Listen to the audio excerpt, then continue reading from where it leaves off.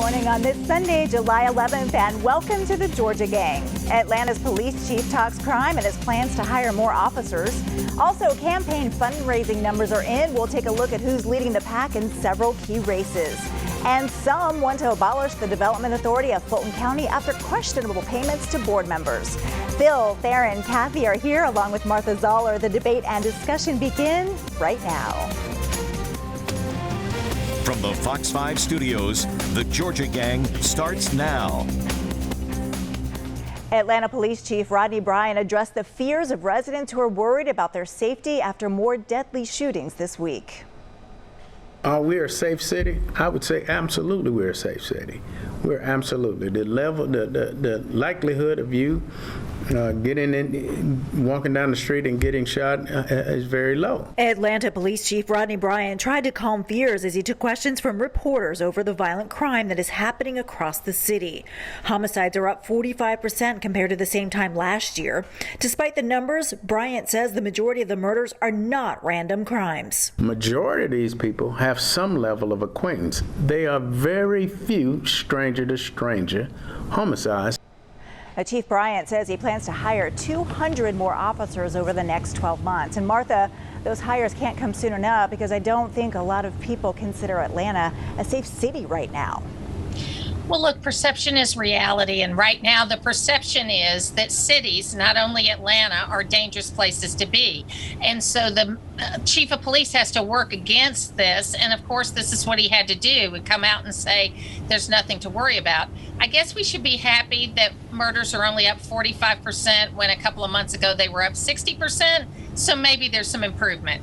Theron, Chief Bryant had a lot more to say. We obviously couldn't take his full interview, but he also mentioned like this idea about conflict resolution, that these kids and these teens and these young adults don't have those skills. So if they want to get into Lenox Mall, they shoot someone. If they, somebody cuts them off on the road, they shoot someone. Everybody just turns to a gun nowadays. But what can be done on that front?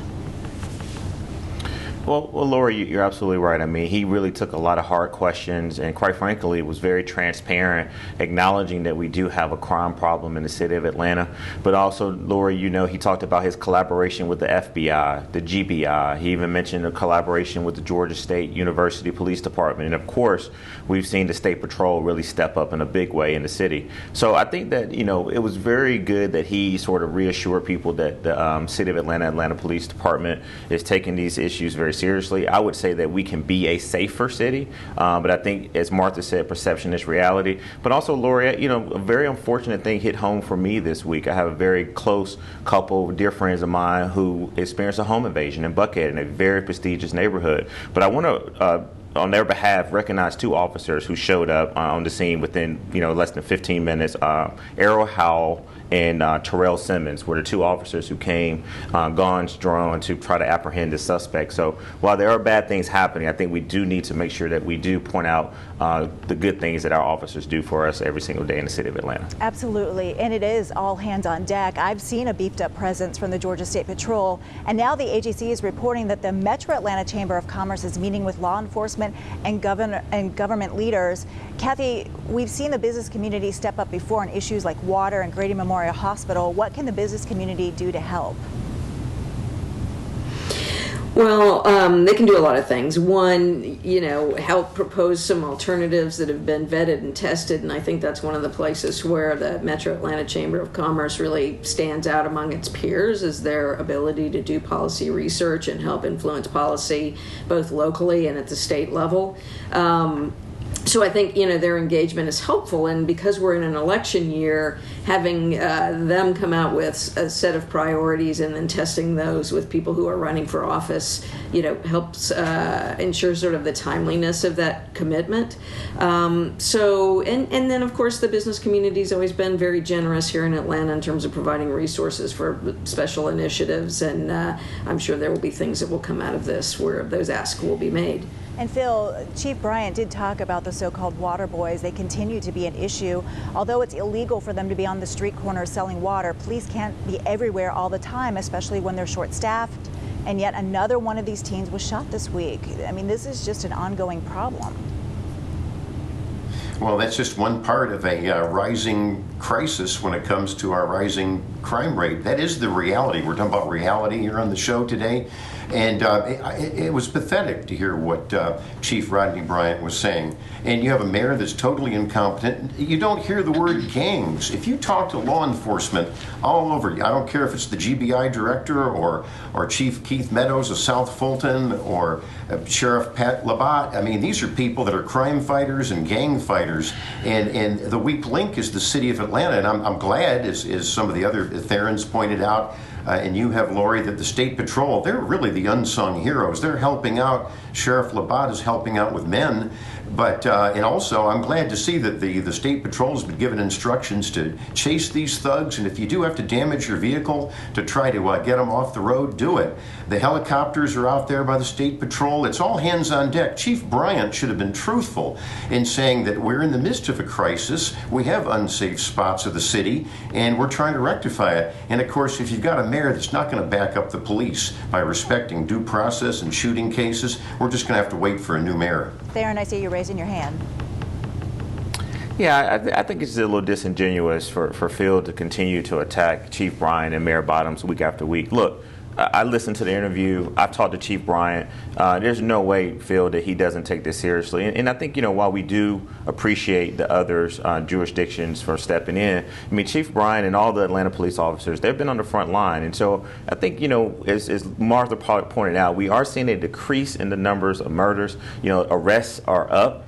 They are proving, so they are arresting people, and he's trying to get more officers on the streets. And so I understand your concern, Phil, but I think we got to sometimes take our political agendas out of this and really work together and help everyone to reduce the crime in the city. Go ahead, Phil. Well, I resent that, Theron. That's just not a political agenda. The people that I am praising are Democrats, but that has nothing to do with it. It has to do with crime fighting. And if the murder rate is 60% or 45%, it's all unacceptable. And I think what we're trying to do, we're trying to give out information on this show, and we're going to be talking about the mayor's race and what all the mayoral candidates are going to be talking about. But we've got to step it up. And I think when the chief says this is a safe city, come on, I want him to be more honest and forthright. We're in the midst of a crisis. Well, let's talk about that because crime is definitely the #1 issue in the Atlanta mayor's race. The Upper West Side CID and the Northwest Community Alliance are sponsoring a candidate forum. I think it's one of the first. And so far, former Mayor Kasim Reed is not expected to attend. Theron, do you think that this will be his strategy going forward? Because we just know that there will be several of these forums all over the city. Yeah, I think it's probably a short-term strategy, Lori. I don't foresee the former mayor long-term not participating in the debates because I'm sure the candidates that are running against him have a lot of questions. They have questions about his his plan around crime. They have a lot of questions with some recent articles that were just come out about some allegations about his campaign disclosures and some expenditures that were made. And so maybe he believes that he's in a good position now where he doesn't necessarily have to debate. But ultimately, I think you will see him participate in the debates because he does not want to give his opponents that free time. And we've seen, Lori, what happened with candidates who do not debate. They end up losing, particularly Senator David Perdue. So I think he'll look at what happened in that race and ultimately decide to debate his opponents. Martha, over to you. Well, I don't think it's fair to compare what Senator Perdue did in missing a debate after debating a number of times. But I do think that when you see Kasim Reed be a part of these kinds of discussions, he will be the person that's attacked. He's the front runner right now. His opponents can say whatever they want to say, but he is the front runner. And as far as the safety in the city, I'm glad to see the chamber stepping forward because it echoes the history of this city where they have kept things safe by business people being involved. And I think that's important. Kathy, 30 seconds, final word. Well, just one of the things we need to be careful about is that this race not become about whether Kasim Reed should be the next mayor or not. What it should be about is the vision these candidates have for the city of Atlanta. And if he doesn't want to participate in giving a vision, then voters should vote based on that. All right, we'll leave it there, everybody. Thank you. Coming up, what do fundraising numbers tell us in some of these high-profile races? We'll discuss coming up. Have a question or comment for the Georgia Gang? Email them at georgiagang@foxtv.com. In the U.S. Senate race, Republicans are still waiting to see if Herschel Walker will enter the race, and no doubt he'll be the GOP frontrunner to challenge incumbent Senator Raphael Warnock, so much so that Congressman Buddy Carter says he won't run if Herschel gets in because he's not about to commit political suicide. Phil, what about this strategy? Everybody's kind of waiting. Well, they are, and as I've been reporting, he's suiting up and he's going to be ready. So watch out for Herschel Walker announcing soon. And because of the name recognition and the fact he's a legendary UGA football player, that gives him a leg up. Of course, as we all know on this panel, we've covered politics a long time. When someone is a rookie and getting into the arena, he's got to know his messaging and he's got to be able to deal with tough questions. And so it's just like with Kasim Reed not wanting to talk about his crime plan, Herschel Walker has got to be talking about everything, whether it's foreign policy or domestic policy issues of concern to Georgia. So I think that it's going to shake up the Republican primary. And, you know, I'll throw this out. I'm hearing from Democrat friends, I'd love to hear what Kathy and Theron have to say. I'm not sure if Stacey Abrams is now having second thoughts about running for governor next year in the Democratic primary. That could be a real shaker-upper for that primary. We'll get to that in just a minute, but I do want to ask you, Martha, I want to stay on the U.S. Senate race because what do you think about the fact that political newcomer Latham Sadler raised an impressive $1.4 million, which really is a record for a first-time GOP candidate in Georgia? Well, I think it's organization. He is laser focused on how to put an organization together. And I was impressed by that number. There were a lot of very strong numbers up and down the list. But as far as Buddy Carter, I wanted to weigh in on that. Look, he wants to be the Trump candidate. And if Herschel Walker gets in, Herschel Walker's the Trump candidate. So I think that really is the simpler way to explain it than calling it political suicide, but he wants to be the Trump candidate. Well, Kathy, Republicans are going to need the money to go up against Senator Warnock, who's really turned out to be a very successful fundraiser. Yeah, boy, you know, as a former candidate myself, looking at all this money that people are raising is just about personally exhausting to even think about. You know, you have just got to spend so much time talking to people, and unfortunately, it has become the focus of politics, is if you're good at raising money, then, you know, ergo, you get to be the candidate, and that's unfortunate that we haven't found ways to be a little more limiting in that regard. But suffice it to say that 2022 is going to be just as painful to voters as the last election was, and we're going to have an awful lot of media folks getting very, very wealthy on TV buys. Well, Theron, let's talk about the governor's race. Incumbent Governor Brian Kemp with $12 million raised and $9 million in the bank to Vernon Jones's $650,000. But still no word, as Phil pointed out, still no word from Stacey Abrams on if and when she gets in. Have you heard anything? Well, I want to, echo one of the things you said, Lori. I think Latham Sadler putting up a big number, that was very impressive for him, to do as a first-time candidate. As far as, Governor Kemp having $9 million on hand, I mean, that's real money. That's a strong position for him to be in. However, to your Stacey Abrams question, I think if Stacey Abrams gets in the governor's race, one thing that we know for sure is that she has no problem raising money here locally and nationally. And so I think if she enters the race, which I'm not sure if she's going to run or not, Kathy may have some more insight on that. I do think you'll see that number be able to be neck and neck as far as fundraising. But Vernon Jones, $600,000 for governor. I mean, a lot of people probably didn't even expect that he was going to raise that much. Rudy Giuliani was in town for him to raise money. I think he's got an upcoming concert coming up to, maybe he had a concert to raise some money. I think compared to the incumbent governor's number, it's not very impressive, but clearly, as Martha mentioned, Vernon Jones is the Trump candidate in this race, so I think he's going to try to utilize the former president's support to not only raise more money, but also to try to attack the current governor. I think that upcoming concert is with Travis Tritt for Vernon Jones, from what I hear. Okay. I do want to turn to the lieutenant governor's race because it's getting interesting. And Phil, Senator Butch Miller raised $2 million. Democratic state reps Eric Allen and Derek Jackson have some catching up to do. Well, that's a good point, and good for Butch Miller, because as we're talking about, you've got to have a good war chest, and it's a big state when you go statewide. And of course, I wouldn't be surprised in the next few days if you get another state senator getting into the race, and that would be Burt Jones. And I understand he's already got his video prepared for an announcement, so that's going to be an interesting GOP primary. And you got maybe a dark horse there, Jeannie Seaver, who has been picking up support around the state too. Kathy, this will be one to watch, especially on the Democratic side as well.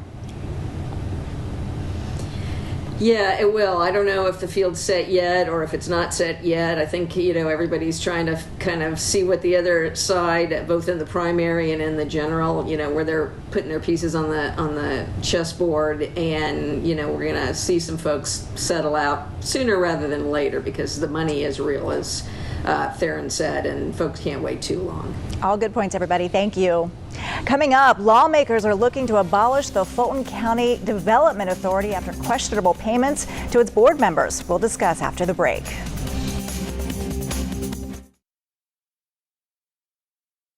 Join the discussion on the Georgia Gang Facebook page and watch past episodes on the Georgia Gang YouTube channel. We haven't had much time to discuss what's happening at the Development Authority of Fulton County, which has been paying out multiple per diem payments to its board members for the same day, according to the AJC. Kathy, this is a practice that's been going on for years. Is it time to get rid of this thing? I know that's what lawmakers are looking into. You've mentioned this a couple times in Winners and Losers, but we just haven't had time to flush it out. What are your thoughts? Yeah, it is so past time for this to be dissolved. If folks in other, local jurisdictions within the county want to start their own investment authorities, then they should do so. But Fulton County should get rid of this. And in Atlanta, we've just been begging them to stop giving tax breaks in the city of Atlanta. We already have an investment authority. Sometimes folks double dip. I've talked to developers who haven't wanted to seek tax breaks because they know how to balance their ledgers, but to say that they can't do a development without a tax break because everybody else is getting a tax break. This needs to go away. There needs to be no more debate about it. It is not value add to our ability to attract businesses here in Atlanta and Fulton County. And I hope the pressure stays on and we just are done with this soon. Phil, do you agree with Kathy?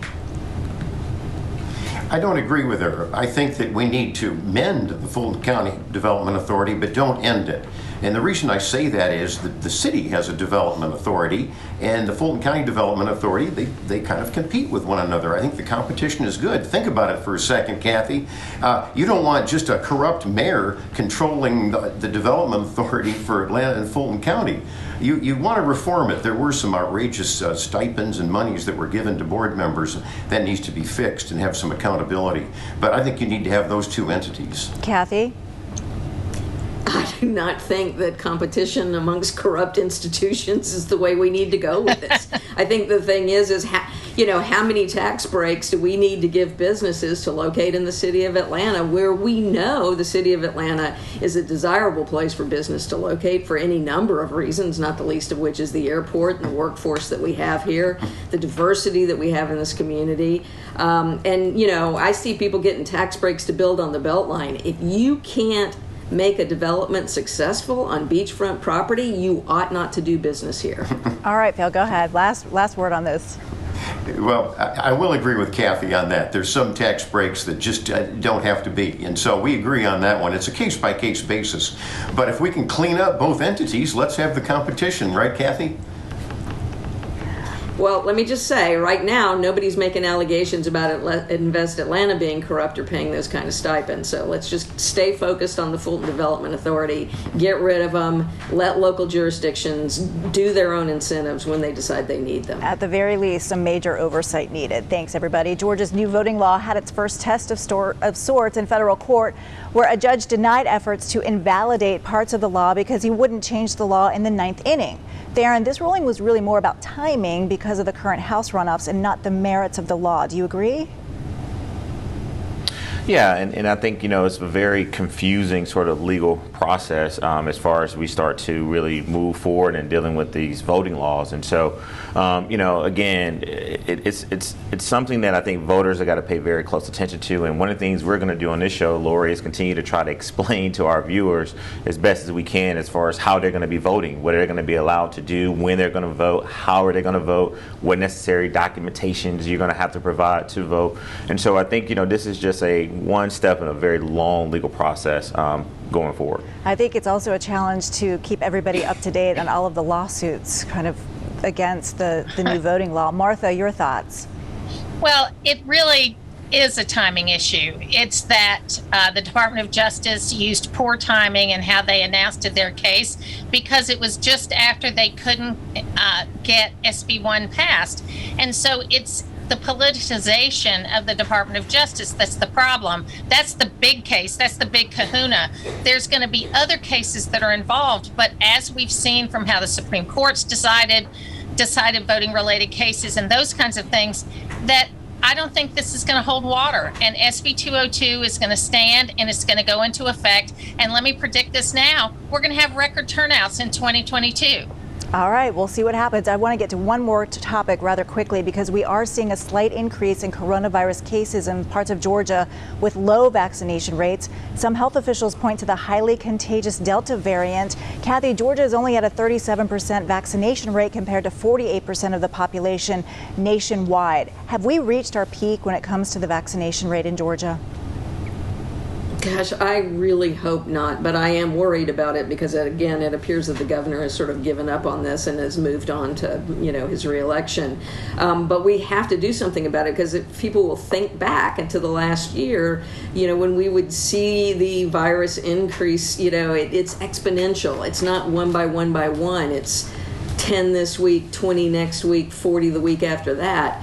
And that's what we're seeing in parts of the state already, where we're seeing even lower vaccination rates. So please, everybody, think about it this weekend. There's sites all over the state. Go on out and get a vaccination, and let's put this to rest. Let's not just let this linger and be something we argue about. We've got tools. Let's use them. All right, we'll leave it there. Thanks, everyone. Coming up, winners and losers. Stay tuned.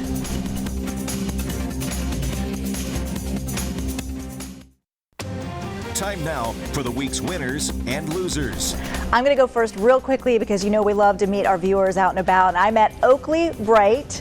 He works at the Rooms to Go at Perimeter. He's a big fan of the show, even though he says Phil can drive him crazy sometimes. But Oakley, thanks for watching. It was so nice to meet you. Phil, over to you. Well, maybe he might agree with me one time or two. Who knows? But anyhow, he may not like this, but the Biden administration and both our Democrat U.S. Senators Warnock and Ossoff are my losers this week. I couldn't believe it, and neither could Coweta County, when their relief aid was rejected. This normally does not happen. I don't know why this was. These are victims of recent storms, and I don't hear Ossoff or Warnock defending their own constituents. It's ridiculous. My winner, as I had indicated before, is the State Patrol, and I'm glad that the governor and the State Patrol commander are saying all hands on deck, anything it takes. I give a tip to them, and I hear this from troopers and others. We need to have more unmarked cars with troopers on our interstates, because the gangbangers are out of control with freeway shootings and with racing, and I hope that happens. All right, thanks, Phil. Theron, over to you. Well, Oakley, I agree with you, brother. Phil drives me crazy sometimes too. So thank you for your comments. But no, on a serious note, definitely want to give a big shout out to the Atlanta Hawks, and so happy for this team, and want to definitely congratulate Nate McMillan for getting the permanent coaching job. He got that bag. He got a lot of money, so he deserves it. And just really also want to make the fans a winner. I went to a few games this season, and just the electricity in the arena was just awesome. So definitely want to make the Hawks, Nate McMillan, and all the fans a winner this week. Awesome. I couldn't agree more. I mean, I did get on the bandwagon like a lot of Atlanta, but they were great. It was so fun to watch that team. Kathy, over to you. Okay, listen, congratulations to Trust for Public Land, the City of Atlanta, and the National Monuments Foundation for opening Cook Park. this week in Atlanta. It's a new 16-acre park on the west side, and will also help repair the damage done 20 years ago when backups of our sewer system flooded out an entire neighborhood and forced the relocation of the people who used to live there. So finally a happy end to that story. And then also congrats to Zyla Avant-Garde, who won the Scripps National Spelling Bee. We're big fans in our household. She's from Louisiana, but she's also got 3 Guinness World Records for basketball dribbling, wants to be in the NBA. So remember that name, Zyla Avant-Garde. Good, because I can't even pronounce the word that she spelled to win. So that's awesome. All right, Martha, we've got about a minute. 2 years ago this week, Deputy Blaine Dixon was killed in the line of duty in Hall County. And this week, 3 of the perpetrators were convicted. So justice was brought to that family. It's never bring the father or the husband back, the servant to the community, but we want to remember his family. And the winner this week is Governor Kemp. The rehabilitation of the reputation of Governor Brian Kemp we see in the rollout of his first ad. All right, and we'll be following that governor's race very closely. Thank you, everybody. Have a great week, and thank you for watching. We will see you again next week. Bye-bye, everyone. The opinions expressed in this broadcast are those of the panelists appearing in this program.